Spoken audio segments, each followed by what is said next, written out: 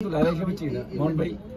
তারপর যে অ্যাক্টিভিটিস বা টিকটক করতে আমি সবসময় তার গান এবং ড্যান্স বা অ্যাক্টিভিটি খুব সুন্দর, তার কথা যে অ্যাক্টিভিটিটা আমার খুব ভালো লাগে।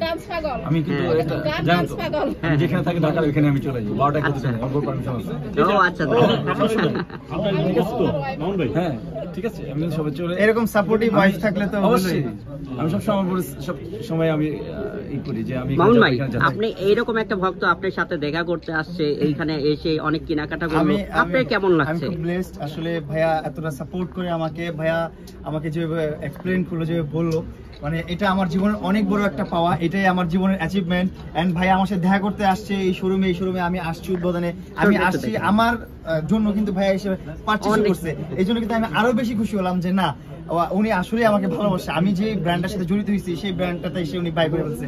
So thank you so much ভাইয়া। আর সবচেয়ে আমার ভালো লাগছে কি জানেন, আমার আনকমন জিনিস সবসময় শো করি।